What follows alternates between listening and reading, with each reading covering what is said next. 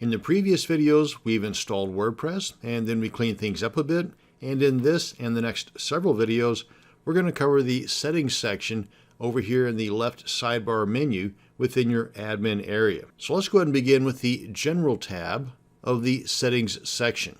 Now, if we were to go ahead and click on the settings link here, that automatically brings us to the General tab. And as you see, it also puts all those flyout menus below the settings or the main section of this area. And by the way, many plugin developers will make it so that the settings of their plugin will appear here, just like the settings for the Limit Login Attempts plugin that was installed during our one-click installation of our WordPress site. So you'll see this part of your admin area change as you increase the functionality of your site by adding more plugins. But for the time being, we're going to go ahead and cover General. Now here in the General Settings panel, you're going to see some things that look kind of familiar that were set up during our installation process, such as the site title and tagline. And I told you during those videos that we weren't going to mess with them then because there is another area within our WordPress site that we can adjust those. And here we are. Now these are not being chiseled into stone, so if you find the need to change your tagline at some point in the future, just come on back here and do that. And for the time being, and my lack of imagination, this is what I'm going to put in for my site title and tagline. Now the next two items here, WordPress address URL and the site address URL, you really shouldn't mess with these unless you want to break your website. That's kind of my backhanded way of saying don't mess with these. Now for the advanced users, there are times whenever you might want to make an adjustment here on your site URL, and you can learn more about that by clicking on this link here. But for the time being, just leave these alone. And another item that was set up during our installation process was the email address. And it gives you an example here as to when this does come into play. So as I said earlier, make sure the email address that's in this box is one that you monitor on a regular basis. Now, the next two items are pretty important as well, membership and new user default role. If you do decide to allow people to register to gain access to content, then you want to check this box here. And if we click the down arrow, you'll see that you've got these different roles.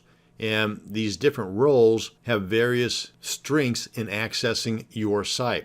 In other words, the subscriber can only read the content, whereas the administrator has the ability to add other users and delete other users. So if you make the default user role administrator, then any stranger can come up, register for your site, come in and delete your access. So obviously having administrator as a default role is not a good thing. And you can always come in and adjust the user roles on an individual basis after they've signed up as a subscriber. So keep that in mind.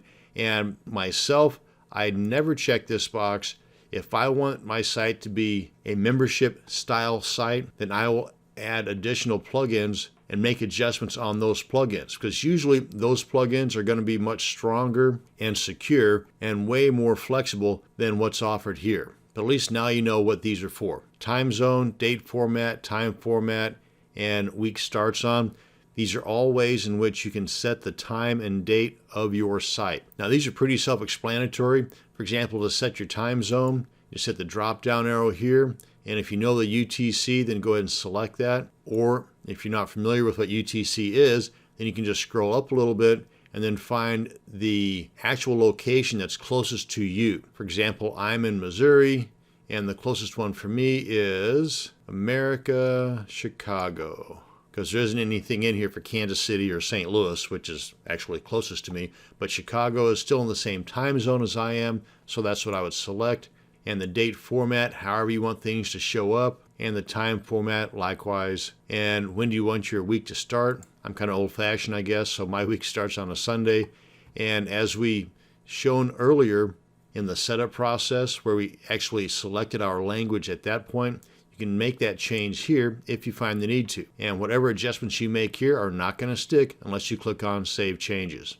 And as you see, settings have been saved. And that's the end of this video on the General tab of the settings section of your WordPress site's admin section. Thanks for watching, and you have a great day.